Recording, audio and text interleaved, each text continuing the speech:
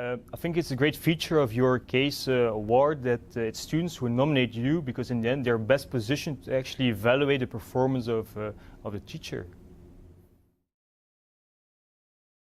For me it's analytical, it's structured, it's also very broad, it's something that you can relate to so many other domains like sales, marketing, strategy, etc. You can also use it actually to analyze what is going on in the world of business, like some really big transactions, M&As, corporate failures, IPOs, etc.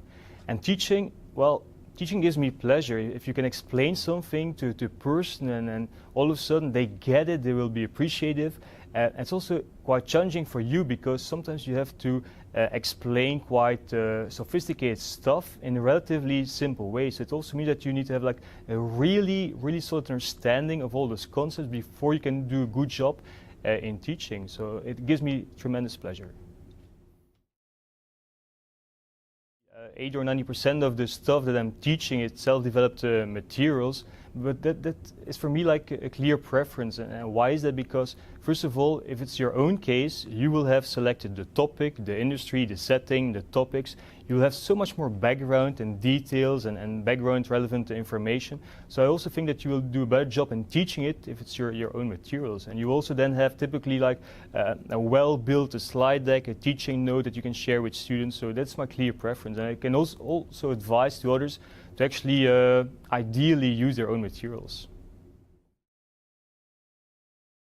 Honestly, I do believe that you can use the case-based approach in almost any management domain. Of course, it means that you need to think about the right setup, the right topics, and maybe you first need to explain some concepts and theories before you can actually move on to the first case. But I honestly think it's applicable to all fields of management.